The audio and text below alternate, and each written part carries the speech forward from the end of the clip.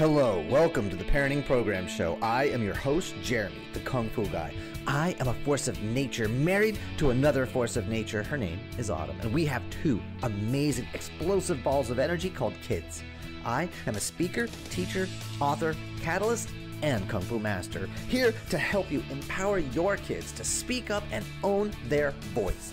We're going to unlock and remove the chains of childhood that seem to hold us from our destiny with the tools to have inner strength, confidence to speak up, be heard, and be understood. Let's go play. Game on, yo.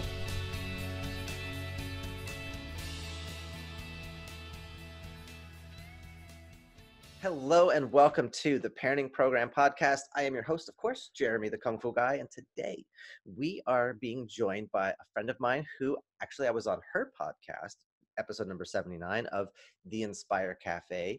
And let me tell you just a little bit about Kathy De La Torre. She is the founder and host of The Inspired Cafe, a weekly podcast where she interviews people from around the globe who share their stories of overcoming adversity, yet somehow they were able to come out on the other side with a positive. These stories are not only about resilience, one of my favorite words, but also for people willing to share their experience in order to help other people. Unfortunately, she was a domestic abuse survivor and former photojournalist for the daily newspaper, and she honed in on the positive news stories rather than cover the bad news. And although she no longer works in the media, she does have a desire to make that good news known, and that's what drives her forward. Now, she's on a mission to create a source of positive ripple effects. If one stone could be cast in the water and it could make that small wave that reaches to the shore, imagine what one voice could do to inspire others to be in a more positive mindset. So, Kathy, welcome to the program. Thank you. I'm so happy to be here. And so just real quick, in your own words, I mean, I read that bio, but in your own words, a couple of sentences, how would you describe the work that you do and where you are now? Okay. Well, I've had several careers that led me to creating the podcast. And just like you said, I used to work for a newspaper, and my forte was going out and scouting out positive news stories, even though I wasn't asked to do so. But anyway, after I left the newspaper, I just really craved that inspiration. And so I always listen to podcasts, so why not start a podcast and focus on the things that I wanted to hear and talk about? And that's how I met great people like you, Jeremy, who have great stories. Everybody has suffered some kind of adversity. The Department of Veteran Affairs, they say that 6 out of every 10 and 5 out of every 10 women experience at least one trauma in their lives. So it's just, so common. I don't know anybody who has not suffered some kind of adversity, but we don't talk about it. We don't. And so what my goal is, if we could share those stories, what is that secret ingredient that Jeremy has? Because Jeremy, you have a very successful story, and now you're helping tons and tons of people. Mm-hmm. So if we could, ideally, if that would be great, a magic bottle, and we capture Jeremy's magic secret and share it with the world, and, let's get some of that. So that's my goal. And that's the whole premise of the podcast. Beautiful. Yeah. And I absolutely agree with you that everyone's been through some sort of trauma, difficulty. It's like, pain's a part of life. Suffering is optional, but we have to learn and we got to share, because success leaves clues. And when somebody has figured a way out, there's a pathway that we can model. We can take pieces of that, what feels authentic to us. And I think a lot of people, they get so much energy from staying in trauma or staying in pain that becomes an identity. And it's like, this is who I am, and this is where I am, and I don't know how to get out of it, but this is what I deserve. And I know that was part of my story once upon a time. And so I know, you've been through some really interesting experiences in life, both positive and negative. I mean, I believe you said 5 career changes. Yeah, that's right. So is that more an issue of you don't know how to focus, or is that more of an issue of I keep being inspired to higher and higher levels? What would you say? Well, depending who you ask, is both, right? But I think I get like a 7-year itch. I do something for a while. I'm like, you know what? I learned it, and I learned it to do it pretty well. But I think I want to learn something new. And so I just constantly crave the newness of learning something new. Yes, I've done it for 7, 8 years, maybe a little bit more, but I want to try something new, something that challenges me, inspires me all over again. I love that. I have a kung fu brother actually who, on purpose, every 7 years he reinvents himself. He goes in a new direction. I met him when he was 68, and he started taking classes with us. And my introduction was I came into class on Saturday morning. Grandmaster Ming is like, "Oh, hey, we have a new student. He's down from Cincinnati." Oh, okay. Go ahead, get your gear on. You guys should spar. So we were doing sparring, and so we're playing the game. And he punched me in the head, hit me right across the head. I had stars. I was like, "Oh, that's how it is." Okay. So I like kicked him in the stomach and backed him up, and I was like, "All right, let's do this." And then afterwards, I found out, oh, he's 68. I was like, "Oh, well, he hits like a freight train, so he deserves it. I'm not. I don't feel guilty here." I'm sure he appreciated you being, tough on him. Oh, absolutely. Yeah, he's a beast. And I mean, he's in his late 70s, early 80s now, and he's still a beast. And yeah, it's like I want to be like you when I grow up, John. You're a pretty awesome guy. So so you have the podcast. What other kinds of things are you doing besides the podcast? Is that just your main focus at the moment? Yeah, so it's the podcast, and I just recently became an ESL instructor, Oh, in wow. English as a second language at my local community college here in Santa Fe, New Mexico. And the reason why that got me interested was twofold. One, my grandparents were immigrants from Mexico. Mhm. They all became US citizens, but Very cool. they didn't know how to speak English, and that really was challenging for them. And so I remember their experiences, and so I wanted to help people. And then the second reason is growing up, I wasn't taught speaking Spanish. I had the Oh, wow. opposite problem. So I studied forever in school trying to learn Spanish, even got a minor in it, was published in it in Spanish, but I didn't know how to speak it. And so like, what's the point of going to all these classes if I can't speak it? And so my goal is to help students learn how to not just read and write, but to speak it. And so that's where all that came from. I love that. Yeah, we've got two exchange students living with us right now, one from Japan and one from Indonesia. And I know some Japanese. I don't know any Indonesian, so I got room to grow.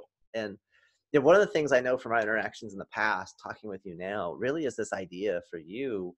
I'm seeing a theme in your life about being able to speak up and being able to get what's inside out. And not a lot of people do that, right? They die with the music inside. And so where do Yes. you think that comes from, that desire inside of you to speak your truth and speak what's coming from inside of you and getting that out? Is that something Oh, you had from when you were yeah. a kid, or?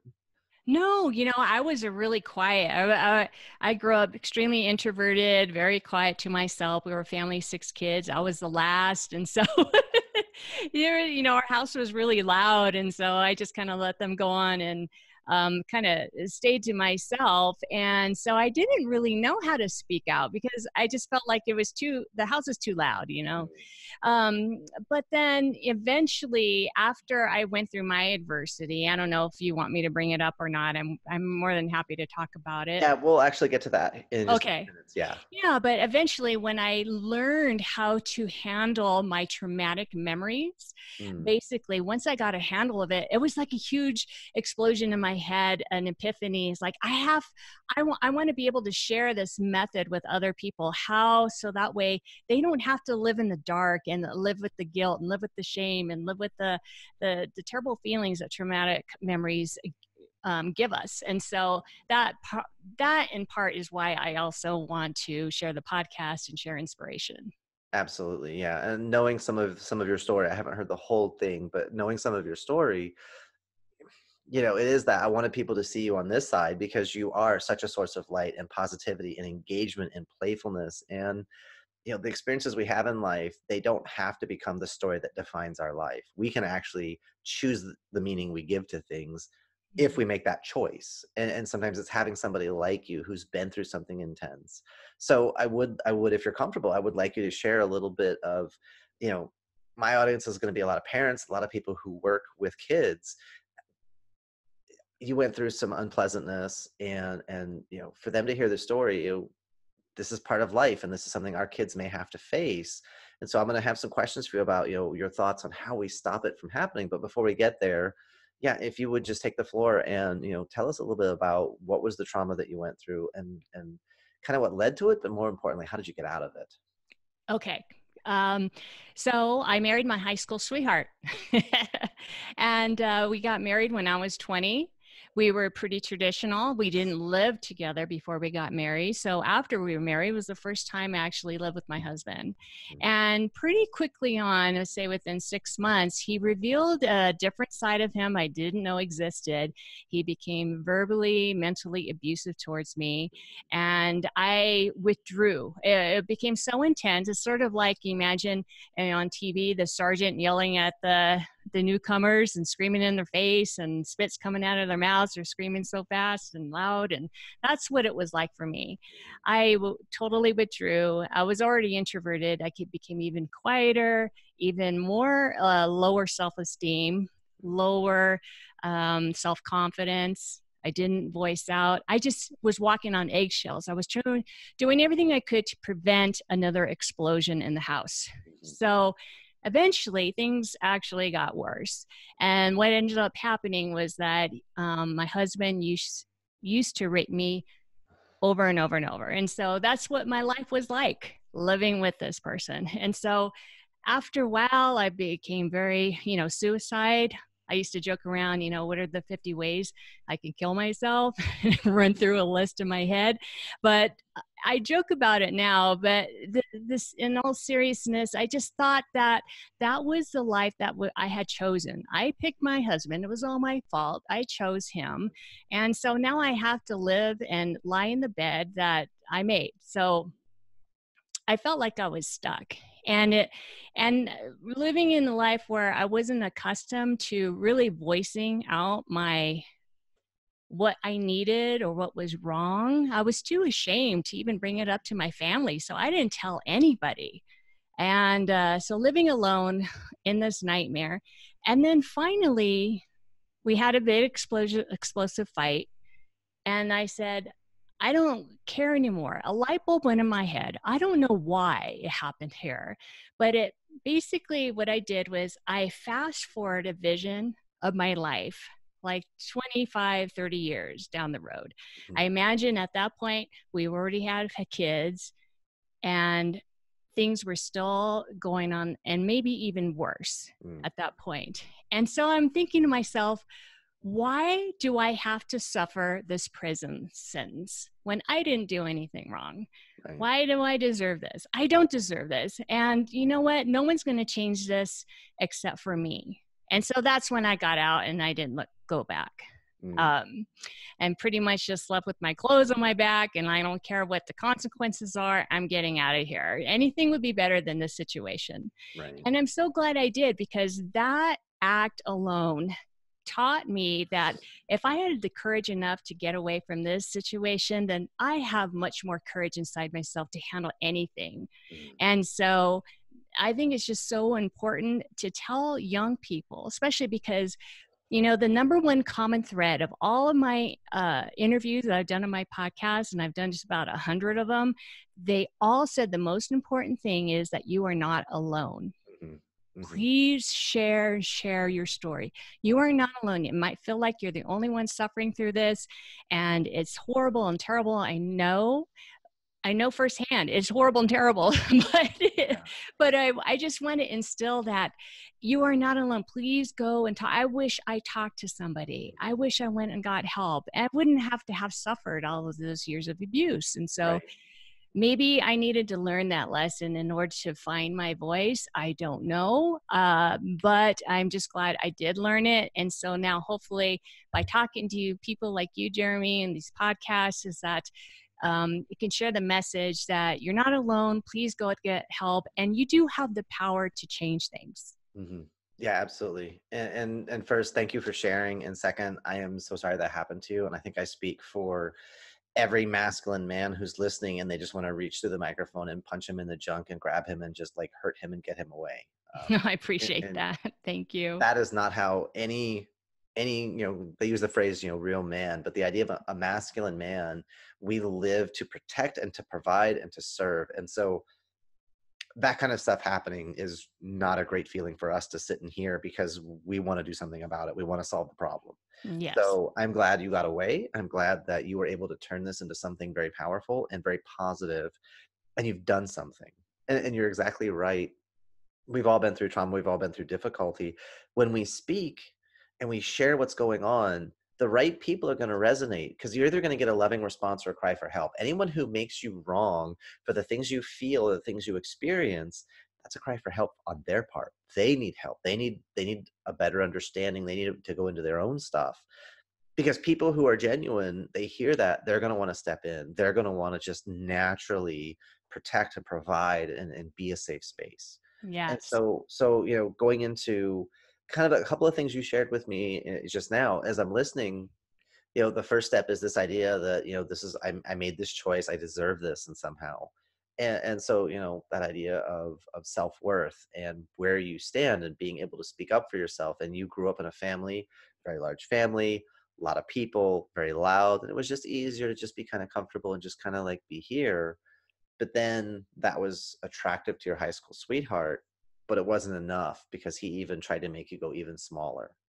Yes. Yeah. So really being around people that are going to lift us up and grow us and expand us, people who are excited for us to be who we are instead of make us wrong for who we are. Absolutely. Absolutely. And so, just I think you hit it on the head, Jeremy. I grew up in a very loving house. I love my family, and then they did not do anything wrong. It Mm-mm. was just the way I felt about myself. Exactly. It really was all on me, and I Yeah. just needed more practice in voicing myself. Great. And if I had more practice growing up, Hmm. I think maybe I would have been a little bit more tooled and better prepared to how to handle the situation. Absolutely. So in the work that I do, I talk with people about what we call data points and then trend lines. And so you had a trend line of not speaking up. You had a trend line of just take a step back. It's okay. My brother, my sister, my mom, my dad, they can. And it doesn't mean they didn't love you. It doesn't mean they didn't provide for you or care about you. It's just on an energetic level, they were quicker to do certain things. And so parents, those of you listening at home with multiple children, pay attention, make sure every single child has something that they do care about and that they can voice up and speak about and kind of like lead the family, if that makes sense. Let Yeah. them be the boss. Let them describe, hey guys, I want to do this thing. And kind of everybody gets a chance to do a family project. So everyone's getting trained how to lead, how to follow, how to listen, all those great skills. Absolutely. That's great. Yeah, I wish we had those practices in our house. And one extra thing is having each child have a chance to practice voicing themselves. Hmm. And I remember doing this exercise. My parents, they loved to watch crime dramas. And so I taught myself, I need to start talking like a lawyer. So whenever I had to state my case, I always stated with 3 points. I go, it's beneficial if I go to this concert with my friends because one, it's educational, number two, and et Nice. cetera, whatever it was. And then they go, that kind of makes sense. Well, okay. Excellent. Yeah. So I think having that kind of practice with each of the kids, giving them Mhm. a chance to do it, then hopefully that'll help them too. Absolutely. So, thinking about kind of your own life experience and, being in just a horrible situation and being able to get out of it and the things you've learned and grown, if there were three things that you could recommend parents to do, if there were three pieces of advice, you could sit like all the parents of the world, just sit them down and be like, hey, parents, here you go. Do this, do this, do this. Life will be better for you. Life will be better for your kids. What would you say to them?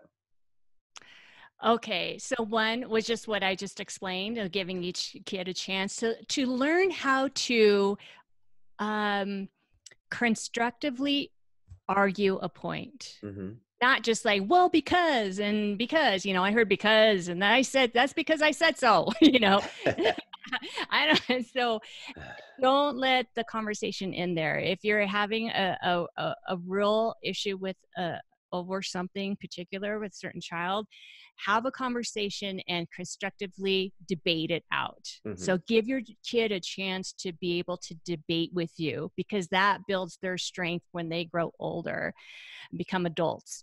The second thing is to learn to forgive and forgive fast. Hmm. So if somebody does something wrong to you, Billy just punched me in the gut, whatever.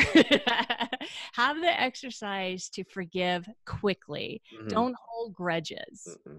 So Yeah, teach that's good. kids that. three, again, is take responsibility for yourself.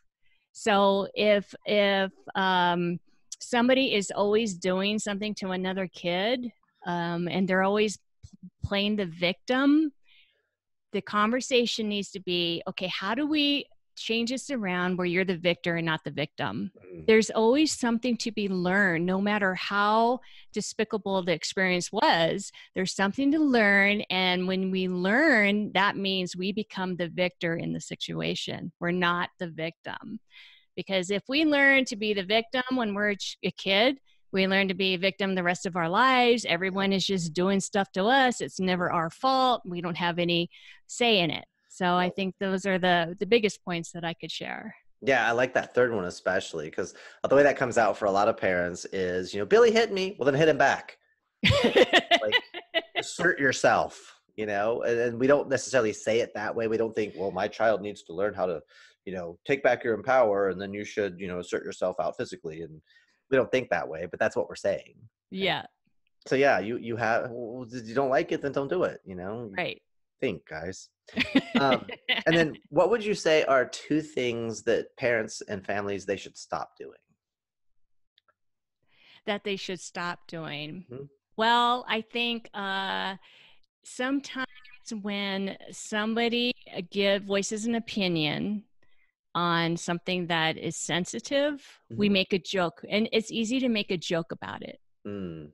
because we don't want to get into the deep conversation, or we don't want to, instead of it's like, oh, make a joke, oh yeah, you're always being silly like that or whatever, and try to pay attention a little bit more when a sensitive subject or a question pops up. Well, what do you mean? What interests you about that particular subject? Try to ask questions. Mm. There's this thing I learned in sales called the question game.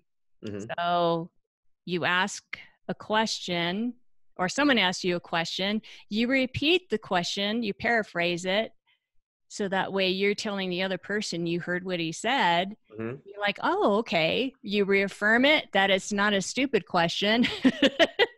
And then you ask them something back. Right. Yeah. So it goes in a circle. Keep asking questions, and let them voice what is going on in their head. Yeah, I heard that as a porcupine. So you throw me the porcupine, I throw it back. So we're constantly Yeah. do you have it on Tuesday? Would you like it on Tuesday? Yeah, right. Do you have it in green? Would you like it in green? That's Sometimes right. people will raise issues in their questions. They'll raise an issue. Well, I don't want it in green. Oh, no, I hate green. No, I'm not available Tuesday. Well, why'd you even ask? Because they don't know how to ask for what they want or what they need. And Mm-hmm. so I think that the point you made, the first one, was just that idea of deflecting. When people use humor to deflect or to diffuse, when you start to notice a pattern of that, again, that trend line I brought up earlier, when you start to notice that this person is always deflecting off of or sliding around, or they have this way, in martial arts, we call it an eject button, right? I know I have a certain technique. I can just launch you backwards and get you out of my space. It becomes a crutch in Kung Fu and fighting. When you start to have this, well, I have my eject button and I can Yeah. just shut you out of my time and space. I can shut you out of my boundaries. That's good, but it limits your growth and it limits your skill. And what if somebody, the eject button doesn't work? You have no auxiliary skill. You have no redundancy, no backup, no plan B, C, D, E. All you Right. got is, well, I'm just going to eject them. And if it doesn't work, what else? What? So that same thing when we're dealing with kids, even spouses, partners, when they're deflecting or they're diffusing and it's a constant, it's like, well, what's going on there really? And I think that's where people get into an uncomfortable space because they're not sure. I'm realizing the trend line, but I'm not sure. You mentioned earlier you should talk to someone. So who do you think they should talk to? I mean, I've got crazy whack family and I've got crap neighbors. So who do I talk to? There's no experts and I don't have the money to pay for them anyway. So who do I talk to? How do I find help? Okay, so are you talking from the adult, the parent, or from the kid's point of view? Let's say the parent has noticed either with their kids there's an issue or even with their partner there's an issue, but it's the adult taking action versus the kids taking action. Okay, so the adult needs someone to talk to. So a lot of times, just the act of hearing your own voice talk about the issue can resolve the whole thing. Mm. So I don't know if this ever happens to you, Jeremy. Like something happened, a situation happened, and for some reason it bothered me, and it's keeping me up and thinking about it all night. And so I go to you and I say, Jeremy, something weird happened to me the other day, and then I tell you the story. Hmm. And then once I hear myself verbalize it, then like, why is that even bothering me? Yep. So by there, it just goes poofs, it disappears. But if it's a case where it is something more serious, then that's when we need to either talk to a friend. We need to maybe, if you can't talk to a friend that you can trust who will listen to you, then maybe talk to a counselor or your pastor, your priest, maybe your coach.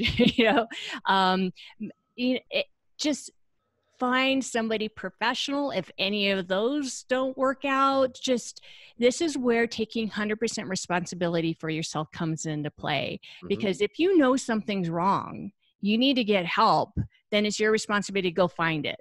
Right.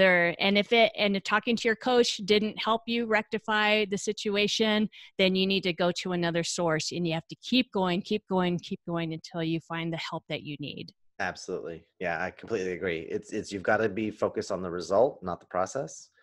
And sometimes that's what I call sounding board. When you don't have my wife and I, she'll like have something going on and she wants to talk, or I have something going on, I want to talk. We'll say, hey, can I vent for a second?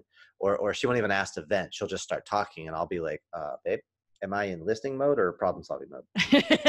That's right, because Because I guys, you need to tell them. I They'll need fix I, it. I need to know that because I'm listening with a different mind and a different set. I'm pulling details out to solve the problem or just to understand the situation and realize how she feels. Yes. Because those are two different needs. And if Yes. I give the wrong one, I'm invalidating her and I got a bigger problem because now Yeah. she's mad at me and doesn't feel like I love her. And it's like, oh. So I've trained myself, wait, babe, problem solve. And if she can't tell me, then I know I'm probably in problem solving mode eventually, but I should be in venting mode first and just listen. So yeah, but sometimes when I was a kid, I used to go for a walk by myself, and I had friends. We would go on walkies. My best friend lived like 11 houses up the street. 2 a.m. We'd go for a walk around the neighborhood in the middle of the school week because I had to talk or he had to talk or whatever. But just being able to vent and you say the stuff out loud, it's different than when it's inside of you, because inside it's an echo chamber. When you Yes. say it out loud, because your mouth can only go one thing.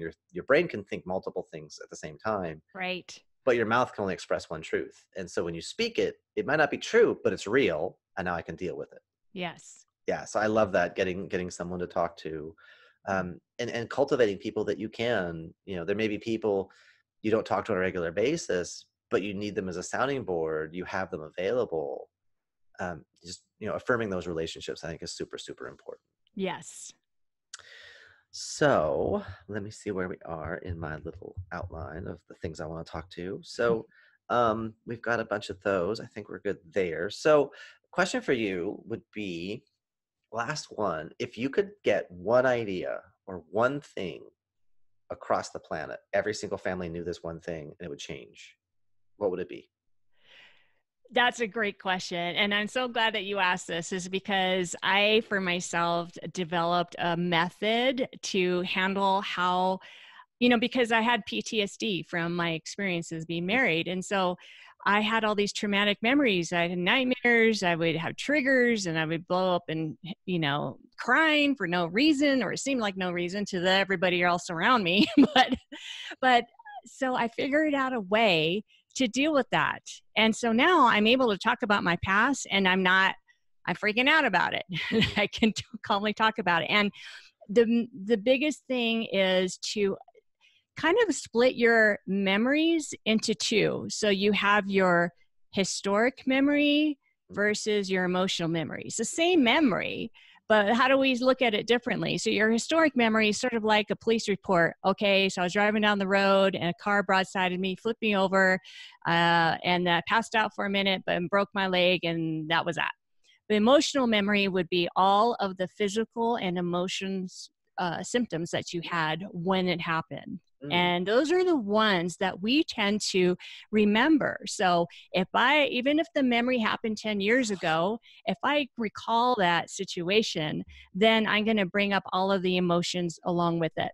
So we tend to relive our emotions. Mhm. And in that case, so for me, I was reliving all the trauma that I was experiencing years ago.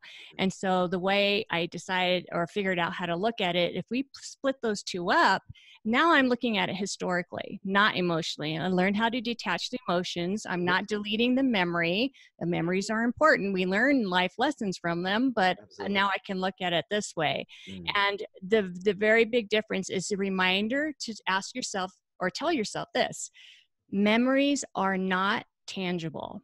Mhm. Memories aren't something physical. I can throw a dumbbell and knock you out and hit you on the head. Mhm. So it is not going to hurt me at this very moment. It Nice. happened, hurt me in the past, but it's not hurting me today. And this is where your power comes in. We Mm. have the power to choose whether or not a memory can hurt us right now. So if we learn these steps, I have this 3-step process, but if we learn those steps, just right there is the gist of it.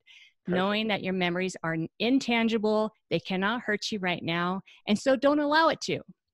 It's a Right. choice. It's a choice. Yeah, I love that. And this is the first time I'm hearing this. And as you're describing it, I can just imagine somebody sitting down and you're writing down the police report in black ink. And then you've got a colored pen to write down all the emotional stuff. Yes. And then you can just kind of like left brain, right brain. You can see the two sides. Now, in my parlance, I would say, which story do you want to tell? Right? Because is the story worth telling? Which story? And then I can even pull out which parts of each side, because there's Yes. the lessons learned from the emotional side and how I recovered from it and how I'm more powerful now. Every superhero has a tragic background. There's not a Yes. single superhero that's like, yeah, life was amazing, and then it got even more amazing, and then I am super amazing, right?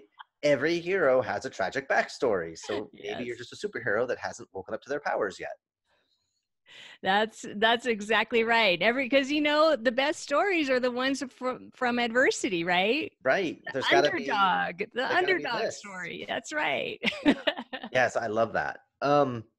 So usually I try to come up with some kind of off the wall, goofy question. So I know you and I, before the interview started, we were talking about cats. So what's your favorite animal and why is it your favorite animal? And I already have an idea what you might say. Yeah, yeah. Well, I got 2 cats and I'm in love with them. So I would say for right now, I love all animals. I've had tons of animals growing up, but cats to me are the bomb. Yeah. Why do you like cats so much?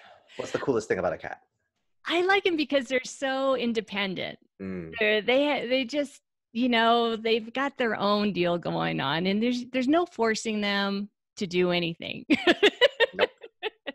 You just take it or leave it, and that's like a really good practice, because that's how we should treat everybody. Right. Don't try to force them to be and fit in this box of what you think they should do or be or however. Just let them be. Absolutely. Yeah. If Yeah, you can appreciate someone for who and what they are, life gets a whole lot easier. that's right. Yeah. So now question for you is how do people get a hold of you, follow you, where they find you online, know what you're doing lately? Okay, great. So they can find me at theinspirecafe.com.